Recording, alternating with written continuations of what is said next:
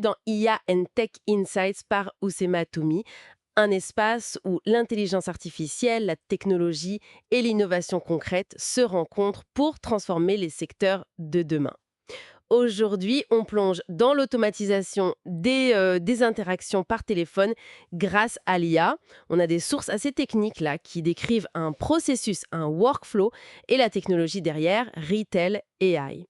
L'idée, c'est de comprendre comment tout ça s'assemble pour créer des agents vocaux automatiques pour les entreprises. Alors, attaquons ce workflow.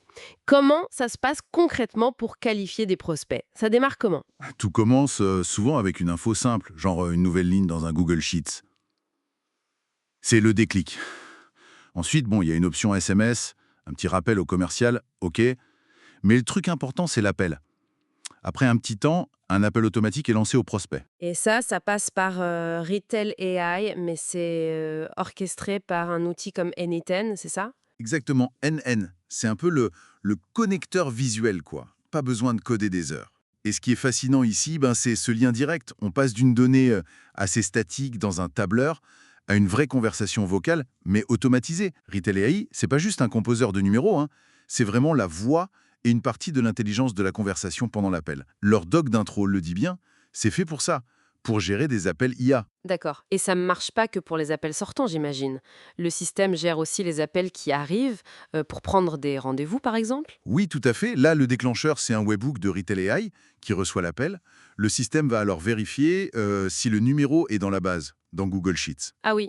Et si le numéro est connu, l'IA elle peut vraiment adapter sa réponse ou ça reste assez basique? Ben, ça dépend de la config, bien sûr. Si le numéro est là, oui, l'IA peut piocher des infos, le nom, peut-être un historique pour personnaliser un peu. Mais faut voir Retail AI comme le gestionnaire de la conversation elle-même.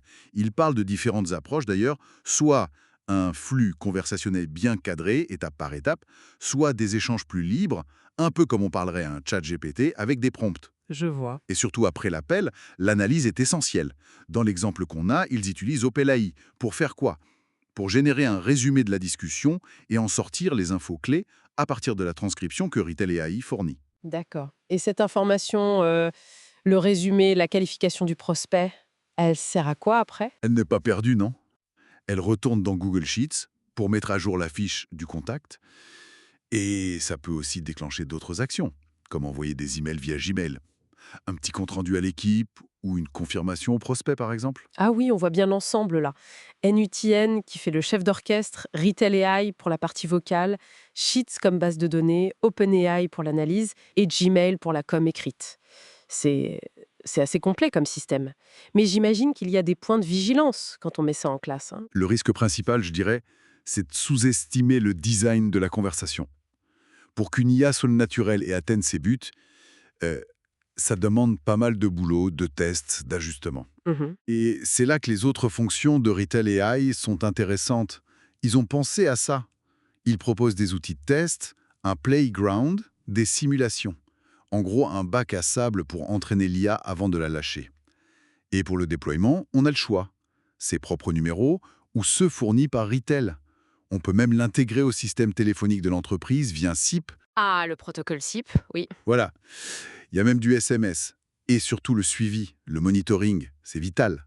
Un tableau de bord, des alertes en temps réel sur ce qui se passe pendant l'appel et l'analyse après coup. Tout ça permet de voir ce qui marche, ce qui coince et d'améliorer l'agent petit à petit.